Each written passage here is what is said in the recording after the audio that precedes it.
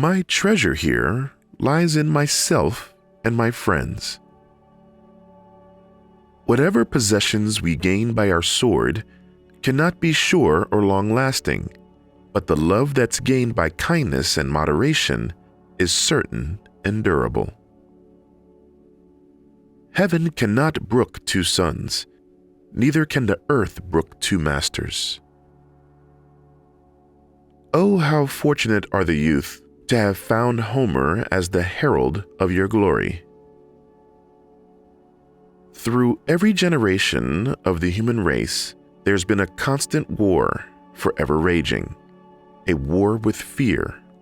Those who have got the courage to conquer it are made free, and those who are conquered by it are made to suffer until they have the courage to defeat it, or death takes them. You shall, I question not, find a way to the top if you diligently seek for it. For nature hath placed nothing so high that it is out of the reach of industry and valor. Without knowledge, skill cannot be focused. Without skill, strength cannot be brought to bear. And without strength, knowledge may not be applied. Remember, upon the conduct of each depends the fate of all. Shall I, that have destroyed my preservers, return home? Youths of the Peleians and the Macedonians, and of the Hellenic Amphiction, and of the Lacedaemonians, and of the Corinthians, and all of the Hellenic people, join your fellow soldiers and entrust yourself to me, so that we can move on against the barbarians and liberate ourselves from the Persian bondage. For as Greeks, we shouldn't be slaves to barbarians. I'm not afraid of any army of lions that are led by sheep. I'm afraid of an army of sheep who's led by a lion. I'm dying from the treatment of too many physicians. I want the road to be full of my treasures so that everybody sees the material wealth acquired here on earth stays on earth. I'm indebted to my father for living, but to my teacher for living well. In the end, when it's over, all that matters is what you've done.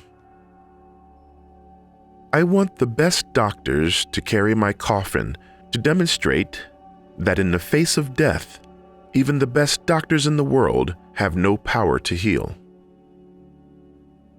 I'd rather excel others in the knowledge of what is excellent than in the extent of my power and dominion. How should a man be capable of grooming his own horse or of refurbishing his own spear and helmet if he allows himself to become unaccustomed to tending even his own person, which is his most treasured belonging? Sex and sleep alone make me conscious that I am mortal. Let us conduct ourselves so that all men wish to be our friends and all fear to be our enemies. May God keep you safe and away from the poisonous venom of the cobra, the teeth of the tiger, and the revenge of the Afghans. Holy shadows of the dead, I am not to blame for your cruel and bitter fate, but the accursed rivalry which brought sister nations and brother people to fight one another. I do not feel happy about this victory of mine. On the contrary, I would be glad, brothers, if I had all of you standing here next to me, since we are united by the same language, the same blood, and the same visions. There is something noble in hearing myself ill spoken of when I am doing well. Soldiers, I had lately liked to have been taken from you by the attempt of a few desperate men, but by the grace and providence of the gods, I am still preserved. Now that the wars are coming to an end, I wish you to prosper in peace. May all mortals from now on, living like one person in concord and for mutual advancement, Consider the world as your country, with laws common to all where the best will govern, irrespective of tribe. I do not distinguish among men, as the narrow-minded do, both among Greeks and barbarians. I am not interested in the descendants of the citizens or their racial origins. I classify them using one criterion, their virtue. For me, every virtuous foreigner is a Greek, and every evil Greek worse than a barbarian. If differences ever develop between you, never have recourse to arms, but solve them peacefully. If necessary, I should be your arbitrator. For as a newborn babe cannot be nourished without the nurse's milk, nor conducted to the approaches that lead to growth in life, so a city cannot thrive without fields and the fruits thereof pouring into its walls. There is nothing impossible to him who will try.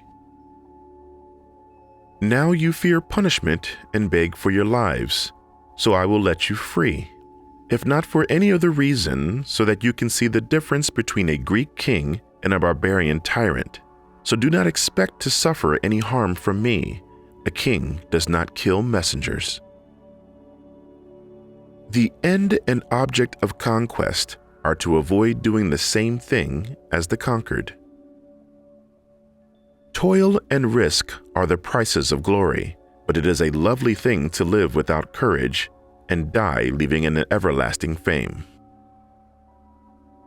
I'm involved in the land of a Leonine and its brave people, where every foot of the ground is like a well of steel confronting my soldier. You have brought only one son into the world, but everyone in this land can be called Alexander. Remember, upon the conduct of each depends on the fate of all.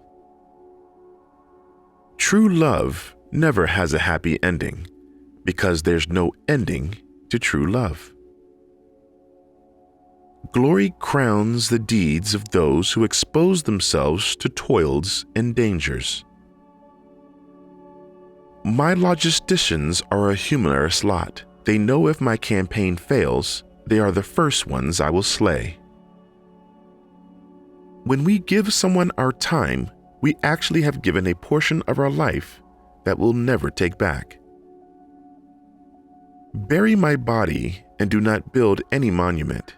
Keep my hands out so that the people know that the one who won the world had nothing in hand when he died. A tomb now suffices him from whom the world was not enough. I would rather live a short life of glory than a long one of obscurity. My treasure lies in my friends. I do not steal the victory. I consider not what Parmenio should receive, but what Alexander should give. How great are the dangers I face to win a good name in Athens. As for a limit to one's labors, I, for one, do not recognize any for a high-minded man, except that the laborers themselves should lead to noble accomplishments. I send you gaffs of mustard seed, that you may taste and acknowledge the bitterness of my victory. Shall I pass by and leave you lying there because of the expedition you led against Greece? Or shall I set you up again because of your magnanimity and your virtues in other respects? Who does not desire such a victory by which we shall join places in our kingdom, so far divided by nature, and for which we shall set up trophies in another conquered world? To the strongest. Each moment, free and clear from fear, makes a man immortal.